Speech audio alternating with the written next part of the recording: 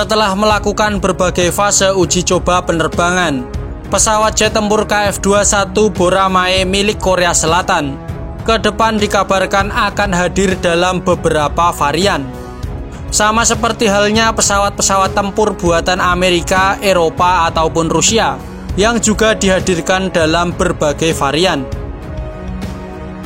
Dilaporkan bahwa jet tempur KF-21 Boramae produksi Korea Aerospace Industries sedang dikembangkan menjadi 3 varian, yaitu KF-21EA, KF-21EX, dan KF-21SA. Pengembangan ketiga varian tersebut bertujuan untuk meningkatkan kekuatan udara Korea Selatan serta membuka potensi ekspor Boramae di pasar senjata global. Setiap varian akan dibuat dengan tujuan yang berbeda, seperti KF-21EA yang akan menggunakan KF-21B atau varian 2 kursi sebagai basisnya, dan akan mengakomodasi awak di kursi belakang sebagai Electronic Warfare Officer untuk memungkinkan KF-21EA melakukan misi peperangan elektronik di udara. KF-21EA Boramae akan dilengkapi dengan 2 perangkat elektronik intelligence dan 3 perangkat elektronik attack. KF-21EA akan melindungi pesawat kawan selama misi dengan mengganggu sistem pertahanan udara musuh di darat menggunakan teknologi jamming, memainkan peran yang mirip dengan Boeing EA-18G Growler. Selain itu, untuk menjalankan misi Suppression of Enemy Air Defense, jet tempur ini juga akan dipersenjatai dengan rudal anti radiasi. Sedangkan varian KF-21EX akan mengubah KF-21 Boramae menjadi pesawat yang mampu bersaing dengan jet tempur generasi kelima.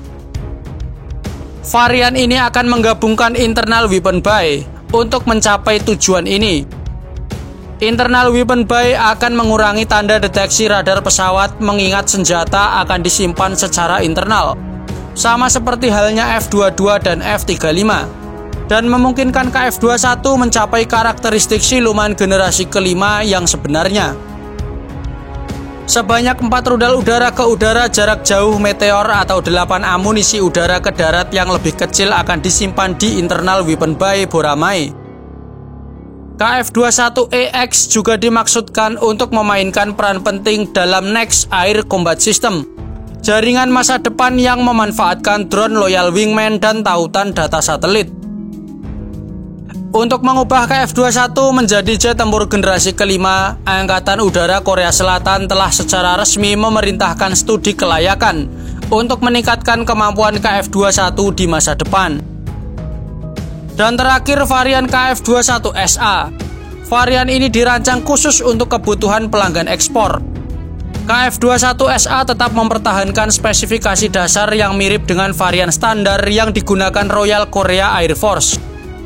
Akan memungkinkan penyesuaian senjata dan peralatan internal untuk memenuhi kebutuhan masing-masing negara.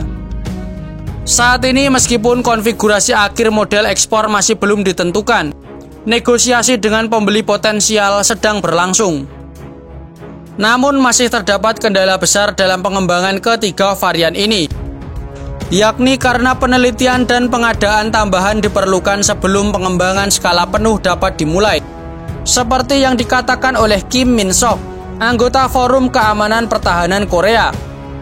Dia mengatakan jika ketiga varian KF-21 perlu penelitian dasar tentang kelayakan pengembangan. Diperlukan waktu lebih dari 10 tahun untuk menerima desain rinci dan biaya pengembangan dan melanjutkan ke pengembangan skala penuh. Secara khusus karena tujuan ambisius untuk mencapai kinerja generasi kelima, varian KF-21EX menghadapi tantangan yang sangat berat. Varian ini mungkin membutuhkan waktu lebih dari 10 tahun untuk terwujud. Setelah itu, persaingan yang ketat terjadi di pasar global untuk pesawat tempur generasi keempat yang ada. Meskipun demikian, Kim Min Sok menggarisbawahi pentingnya pengembangan KF-21EX, yaitu untuk meningkatkan daya saing ekspor KF-21. Pengembangan KF-21EX dengan performa generasi kelima perlu dimulai sejak dini.